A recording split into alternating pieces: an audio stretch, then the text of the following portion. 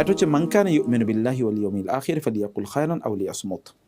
এর বিষয়ে আমরা প্রথমেই যে কথা বলেছি, সত্যিকার অর্থে যদি আপনারা এবং আমরা যদি আল্লাহর প্রতি ঈমান এনেছি এই দাবিতে সত্যবাদী হতে চাই এবং ঈমানের পরিচর্যা যদি আমরা করতে চাই, ঈমান বেড়ে উঠুক, ঈমানের মধ্যে কোনো ত্রুটি বিচ্ছুতি তৈরি না হোক, ঈমানের পথে আমরা অব্যাহতভাবে চলছি এবং ঈমান আমাদেরকে সত্যিকার অর্থে অনুপ্রাণিত করছে ভালো কাজ করার জন্যে, ঈমান কখনোই চ্যালেঞ্জের মুখে পড়ছে না এবং আমরা কল্যাণের প্রতি অব্যাহতভাবে আমরা এগিয়ে যাচ্ছি, ব্যাপারটা যদি এমন হয় তাহলে আমাদেরকে যে কাজটি করতে হবে তা হচ্ছে যে আমরা যেন ভালো কথা বলি।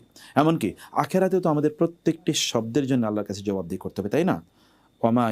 আল্লাহ সুবহানাহু ওয়া তাআলা তার রাসূলের ব্যাপারে বলেছেন, ওমা ইয়ানতিকু আনিল হাওয়া ইন হুয়া ইল্লা ওয়াহয়ুন ইউহা। আর আমাদের ব্যাপারে তিনি কি বলেছেন? রাসূল কোনো কথাই ওয়াহি ছাড়া বলেন না, until or unless it is approved by আল্লাহ, তিনি কোনো কথা বলতেন না। রাসূলুল্লাহ সাল্লাল্লাহু আলাইহি ওয়াসাল্লামের অবস্থা ছিল এরকম। আমাদের অবস্থা কি?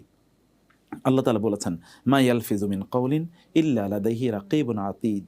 আপনি যেই শব্দই উচ্চারণ করেন না কেন, আপনার এই শব্দগুলো লিখে রাখার জন্যে, এগুলোকে রেকর্ড করে রাখার জন্যে সেখানে অব্যাহতভাবে অতন্দ্র প্রহরীর মতো একজন লেখক সেখানে রয়েছেন, মানে লেখকরা সেখানে রয়েছেন। কেরামান কাতিবিনা ইয়ালামুনা মা তাফআলুন। যারা কেরাম, যারা সম্মানিত লেখকগণ, তারা ইয়ালামুনা মা তাফআলুন, তোমরা যা করো, তোমরা যা বলো তা কিন্তু তারা জানেন এবং তা তারা লিখে রাখেন। সানাকতুবু মা ইয়াকুলু ওয়া নামুদ্দু লাহু মিনাল আযাবি মাদ্দা। ওরা যা বলছে আমি সব কিছু লিখে রাখি, আল্লাহ তাআলা বলছেন। অতএব আপনার শব্দচয়ন কিন্তু খুবই গুরুত্বপূর্ণ একটা বিষয়। আপনি কি বলছেন এটি আপনার মানদণ্ড। আপনি যা বলছেন আপনি আসলে তাই। আপনার কথাই মূলত আপনার ব্যক্তিত্ব অথবা আপনার স্ট্যাটাস, আপনার পোস্ট, আপনার পজিশন, এগুলো সব কিছু নির্ধারণ করে দেয়। কালামুল মুলুকি মুলুকুল কালাম বলা হয়, সেরা কথাগুলো আসলে সেরা লোকেরাই বলে থাকে। সবচেয়ে ভালো কথা সবচেয়ে ভালো লোক বলে থাকে। আপনি কত ভালো মানুষ তা নির্ভর করে হচ্ছে আপনার কথা কতটা ভালো। আপনি কতটা প্রজ্ঞাবান মানুষ তা নির্ভর করে আপনি কতটা প্রজ্ঞাপূর্ণ কথা বলছেন। আপনি কতটা উন্নত চরিত্রের, উন্নত রুচির অধিকারী তা কিন্তু আপনার কথা বলাই আপনাকে জানিয়ে দেয়। সেই জন্যে রাসূলুল্লাহ সাল্লাল্লাহু আলাইহি ওয়াসাল্লাম তিনি বলেন, আল্লাহ এবং আখিরাতের প্রতি ঈমান এর প্যারালাল হচ্ছে উত্তম কথা বলা, প্যারালাল।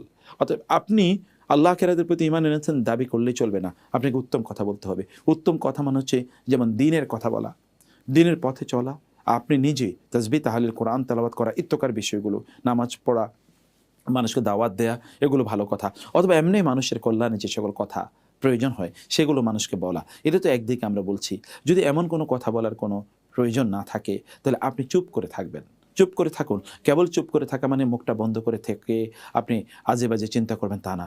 আপনি চুপ করে থাকা মানে হচ্ছে ওই কথায় আপনি অংশগ্রহণ করলেন না, সেই কথাগুলো আপনি বললেন না, কিন্তু আপনি কি করলেন? আপনি তাসবিহ পড়লেন, আপনি তাহলিল করলেন, আপনি ইস্তেগফার করলেন, আপনি দুরূদ পড়লেন, অথবা আপনি প্ল্যান করলেন, চিন্তা করলেন, তাই না? সবচেয়ে গুরুত্বপূর্ণ কাজ তো আল্লাহ এবং আল্লাহর সৃষ্টি নিয়ে চিন্তা করা, ভাবা। আফালা ইয়ানজুরু না ইলাল ইবিলি কাইফা খুলিকাত। এরা কি তাকায় না? আল্লাহ তাআলা বলছেন এই আল্লাহর সৃষ্টির দিকে, সেখানে ওট রয়েছে, আসমান রয়েছে, জমিন রয়েছে, এবং পাহাড় রয়েছে, এগুলোর দিকে তারা তাকায় না? এবং আল্লাহ তাআলা বলছেন, ইন্না ফি খালকিস সামাওয়াতি ওয়াল আরদ। এই আসমান জমিনের সৃষ্টি এবং অন্যান্য সব কিছুর কথা আল্লাহ তাআলা উল্লেখ করে বললেন, এর মধ্যে তো আয়াত, অবশ্যই নিদর্শন রয়েছে, লিউলিল আলবাব লিউলিল আবসার, দৃষ্টিবান এবং এবং এবং প্রজ্ঞাবান লোকদের জন্য। অথবা আপনার দৃষ্টি থাকলে আপনি এদিকে তাকাবেন এবং আপনি ভাববেন, এগুলো আপনার নিজের জন্যে অত্যন্ত গুরুত্বপূর্ণ। রাসূলুল্লাহ সাল্লাল্লাহু আলাইহি ওয়াসাল্লাম ঈমানের সাথে এগুলোকে প্যারালাল করে দিয়েছেন। সেজন্য আমরা যেন এই জায়গায় কোনো অবস্থায় ত্রুটি না করি, বিচ্যুতি না করি, অপ্রয়োজনীয় গল্প করা বন্ধ করে দিন। আপনি আপনি ধরুন দোকানে বসে আড্ডা দিচ্ছেন, এটা আপনার কোন কাজে লাগবে? আপনি হয়তোবা ধরুন মোবাইল ফোনে আপনি লম্বা কথা বলছেন একজনের সাথে, তাতে আপনার কতটুকু কাজে লাগবে? আপনি কলিগের সাথে হয়তোবা ধরুন প্রচুর পরিমাণ কথাবার্তা বলে যাচ্ছেন, এগুলো সব কিছুর জন্য কিন্তু আল্লাহর কাছে জবাবদিহি করতে হবে। রাসূলুল্লাহ সাল্লাল্লাহু আলাইহি ওয়াসাল্লাম তো আমাদেরকে জানিয়ে দিয়েছেন, আমাদের মুখের কথার কারণে কিন্তু লোকেরা জান্নাতে যাবে অথবা জাহান্নামে যাবে। মুআয রাদিয়াল্লাহু তাআলা আনহুকে বলেছেন যে, মুআয রাদিয়াল্লাহু তাআলা আনহুকে রাসূলুল্লাহ সাল্লাল্লাহু আলাইহি ওয়াসাল্লাম জানিয়ে দিলেন যে তোমরা তোমার জিহ্বাকে সংযত রাখবে। তিনি বলেন, ইন্নালা মুআখাযুনা বিমা নাতাকাল্লামু বিহি। আমরা যা বলছি তার কারণে কি আমাদেরকে ধরা হবে ইয়া রাসূলুল্লাহ? রাসূলুল্লাহ সাল্লাল্লাহু আলাইহি ওয়াসাল্লাম বললেন, ওয়াহাল ইয়াকুব্বুন নাসা আলা উজুহিহিম আও আলা মানাখিরিহিম ইল্লা হাসাইদু আলসিনাতিহিম। মানুষের মুখের কথাই তো মানুষকে জান্নাতে অথবা জাহান্নামে নিয়ে যাবে, তাই না? ফলে আপনার মুখের কথাগুলো ঠিক রাখুন, অপ্রয়োজনে বিভিন্ন জায়গায় বসে আড্ডা দেবেন না, দ্রুত বাসায় চলে আসুন, সেখানে বসে আপনি আপনার পরিবারের পরিজনকে সুন্দর কথা বলুন, তাদেরকে দিনের কথা বলুন। এভাবে আপনি আপনার অথবা আপনি যে কাজগুলো করছেন সেই কাজগুলো করা অবস্থায় আপনি চুপ করে থাকা মানে হচ্ছে আপনি তখন তাসবিহ তাহলিল পড়ছেন, আপনি মনোযোগ দিয়ে কাজও করছেন এবং এর মধ্যে আপনার জিহ্বাটাকে আপনি ব্যবহার করছেন উত্তম কাজে। এটি হচ্ছে ফালিয়াকুল খায়রান আও লিয়াসমুত। ওয়া মান কানা ইউমিনু বিল্লাহি ওয়াল ইয়াউমিল আখির ফালইউকরিম জারাহু। আপনি আপনার প্রতিবেশীর সাথে যেমন আচরণ করেন আপনি আসলে তেমনই, প্রতিবেশীরা আপনার ব্যাপারে যা সাক্ষ্য প্রদান করবে আপনি তেমনই। রাসূলুল্লাহ সাল্লাল্লাহু আলাইহি ওয়াসাল্লাম জানিয়েছেন, কোন একজন নারী প্রতিবেশীর সাথে খারাপ আচরণ করার কারণে তার অনেক ইবাদত সত্ত্বেও সে জাহান্নামে গেছে। আবার কোন একজন নারী প্রতিবেশীর সাথে ভালো আচরণ করেছেন, তার ইবাদত কম, তারপরে তিনি জান্নাতে গিয়েছেন। প্রতিবেশী মূলত আপনার পক্ষে অথবা আপনার বিপক্ষে সাক্ষী হিসেবে দাঁড়াবে। মানুষের সামান্য কোনো ক্ষতি করে, আপনি ময়লা আবর্জনা এমনভাবে ফেললেন যে প্রতিবেশীরা ক্ষতিগ্রস্ত হয়েছে, আপনি এমনভাবে ঘর বানালেন যে তাদের রাস্তাঘাট বন্ধ হয়ে গেছে, অথবা তাদের সেখানে বাতাস আলো ইত্তকার বন্ধ হয়ে গেছে, পানি বন্ধ হয়ে গেছে, আপনি এমনভাবে আচরণ করলেন যে তারা আপনার সাথে একটু যে সম্পর্ক রাখবে এরকম কোনো অবস্থা নাই, তারা অসুস্থ হয়ে আছে, আপনি একটু খোঁজখবর নেওয়ার চেষ্টা করছেন না, আপনি সারাদিন হয়ে থাকেন টেলিভিশন অথবা তথাকথিত সোশ্যাল মিডিয়া নিয়ে, আপনি কারো কোনো খবরই নিতে পারেন না। এটি তো প্রতিবেশীর প্রতি উত্তম আচরণ নয়। আপনি আল্লাহ এবং আখিরাতের প্রতি ঈমান আনছেন, তার মানে হচ্ছে প্রতিবেশীর সাথে আপনি ভালো আচরণ করছেন, তাদের খোঁজ খবর নিচ্ছেন এবং এর মাধ্যমে আপনি কিন্তু দাওয়াতি কাজও করতে পারেন। অতএব তাদের সাথে উত্তম টার্মে থাকুন, এরা আপনার পক্ষে অথবা আপনার বিপক্ষে দাঁড়াবে। রাসূলুল্লাহ সাল্লাল্লাহু আলাইহি ওয়াসাল্লাম তিনি আমাদেরকে জানালেন, আমরা যদি আল্লাহ এবং আখিরাতের প্রতি ঈমান আনি তাহলে আমাদের জন্য মেহমানদেরকে যেন আমরা একরাম করি। মেহমানদের একরাম করা মানে কি? মেহমানদের প্রতি একরাম করা মানে হচ্ছে এই মেহমানরা যখন আমাদের বাসায় আসবে তাদেরকে 3 দিন পর্যন্ত আপ্যায়ন করার কিন্তু আমাদের দায় রয়েছে এবং তাদের অধিকার রয়েছে। ফলে আমরা তাদের মেহমানদারি করা, ইদানিং যে ট্রেন্ড আমরা দেখতে পাচ্ছি তাহলে মেহমানদারি না করার একটা প্রবণতা আছে। আপনার বাসায় সব কিছু আছে কিন্তু গেস্ট রুম নাই, একজন গেস্ট আসলে কোথায় থাকবে এরকম কোনো সুযোগ বা এমন কোনো অবস্থায় আপনি তৈরি করছেন না। অথবা গেস্ট আসলে আপনি ভয়ে আতঙ্কে থাকেন, আপনার দরজা বন্ধ করে রাখেন, কখন তিনি যাবে এই তাড়নায় আপনি থাকেন। গেস্ট বা মেহমান যারা আছে, দয়ুফ যারা, তারা তো মূলত আল্লাহ তাআলার পক্ষ থেকে রহমত হিসেবে আপনার কাছে আসছে। সাহাবায়ে কেরামরা তারা মেহমান না আসলে তারা আতঙ্কিত থাকতেন, অথবা মেহমান আসলে তারা উৎফুল্ল থাকতেন, কারণ মেহমানরা কিন্তু বারাকা নিয়ে আসে, রহমত নিয়ে আসে। অন্যের জন্য করা মানে হচ্ছে সত্যিকার অর্থে আপনার জন্য করা। তারা কিন্তু আপনার জন্য সৌভাগ্যের প্রতীক এবং তারা কিন্তু আপনার জন্য মূলত যাদের জন্য আপনি করছেন মেহমানদের জন্য, তারা তো আপনার জন্য দোয়া করবে। এই মেহমানদারির ক্ষেত্রে সবচেয়ে আপনার প্রাধান্য পাবে আপনার আত্মীয়স্বজন, তাদেরকে দাওয়াত দেবেন, তাদেরকে খাওয়াবেন এবং এই ক্ষেত্রে দিনদার যারা তারা বেশি প্রাধান্য পাবে, যারা দিনদার নয় তাদেরকে কম আনুন আপনার বাসায়। ওয়ালা ইয়াকুল তুআমাকা ইল্লা তাকিয়ুন লা তাকুল ইল্লা তুআমা তাকিয়িন। মুত্তাকির ব্যক্তির খাবার খাও, মুত্তাকি ব্যক্তিকে খাদ্য খাওয়াও, মুত্তাকিদের সাথে উঠা বসা করো, মুত্তাকিদেরকে বাসায় দাওয়াত দিন এবং তাদের মেহমানদারি আপনার করার চেষ্টা করুন। ভালো মানুষদেরকে বাসায় দাওয়াত দেন, আপনার পরিবার ভালো মানুষদের সাথে পরিচিত হোক, এটি আমাদের জন্য প্রচণ্ড গুরুত্বপূর্ণ। এবং রাসূলুল্লাহ সাল্লাল্লাহু আলাইহি ওয়াসাল্লাম যখন এগুলোকে আমর বলেছেন মানে এগুলো আমাদের জন্য বাধ্যতামূলক হয়ে গেছে। এগুলো থেকে আমাদের নিজেদের কোনো মানে ইসলাম আমরা প্র্যাকটিস করছি কিন্তু এগুলো আমরা করছি না, তার মানে সত্যিকার অর্থে আমরা দিন প্র্যাকটিস করছি না, দিনের ক্ষেত্রে আমাদের ত্রুটি বিচ্যুতি রয়েছে। এটাই কিন্তু এই হাদিসগুলো আমাদেরকে বুঝিয়ে দিচ্ছে। সেজন্য মেহমানদারি করা আপনার সামর্থ্য অনুসারে আপনি করা।